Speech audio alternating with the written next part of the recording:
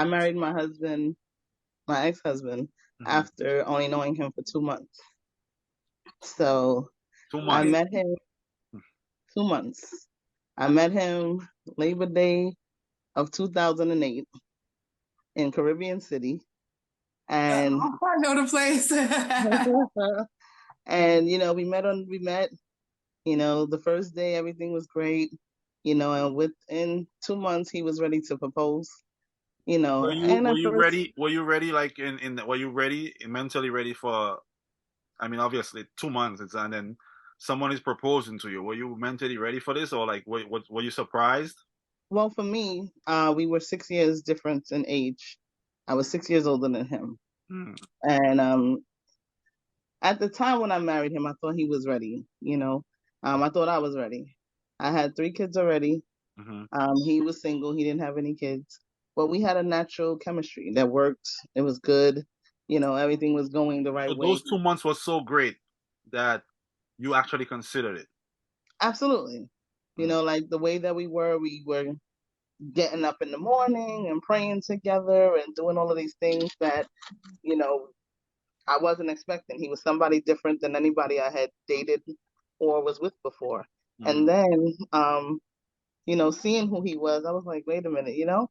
And he started telling me his strife about going out and how he would have to like take his passport as his ID. But if I guess it was a little piece of paper that was in his passport, if it Mhm. went missing, then he wouldn't be able to, go back to his country or Oh, stay here. Yeah, Tina knows about it. no, Right. I don't. But I hear where she's going. I see where she's lining to, and I feel for you already. Okay. But we stayed together, and I explained to him like, listen, we're getting married. I don't ever want somebody that I care about to have that worry.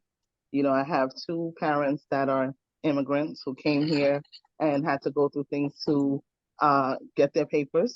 Hmm. And I was kind of worried for him because he was a party person. He was always in a club, he was always in a event, a fete, whatever. And I was just like, that's crazy. But as I started to care for him more, it started to be like, damn, I don't want him to get to a point where he's deported. So I took him to meet my mom. And from the time she met him, she was like, this is my son in law. Mm. No matter what you say, this is my son in law. And I'm like, so I have no say here. And, I told him, let's wait a year. And my mom was like, if it's love, it doesn't have a time limit. It doesn't have a moment where it's going to be right or wrong. So you That's true. choose what you're going to do. Mom is very So wise about that one. yeah, she's like, if it's supposed to be, it will be. If it's not, then it won't. It won't work out the way that it was supposed to. And our first year of marriage, we did everything together. He met me in a club, I met him in a club. We went to the club together. We partied, we ate together. After that first year, he started meeting up with family members. Now, another thing that's a key part of this is that he was only here 2 years before I met him. Mm. So, he hadn't caught up with all the family members. But now being here, having somewhere stable to stay, he started to meet up with family members. And they started to get in his ear, tell him things like, if she really loves you, she gonna marry you. She gonna make sure you get your papers. And for me, I'm a citizen. Didn't never have to go through any of those things.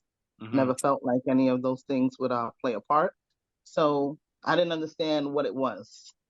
But I finally went to my tax agent, and he explained to me that his wife filed for him to come to this country. And, now he was like a big senior accountant. He had his own business, and they've been together ever since. So he respected what I was doing and was willing to do the paperwork. Mm. The problem was that my husband at the time did not have the money to do the paperwork. Mm. Uh, So, and I was on unemployment. So I Mm. forced myself to get a job. And, I started working. I was making probably $13 an hour, Mm. $14 an hour, and I was carrying my whole family, my 3 kids, my new husband, and my dad died the day before my wedding. Wow. So I had to go, to Jamaica a week after marrying him and only knowing him 2 months, and leave him here with my 3 children. Hmm. no.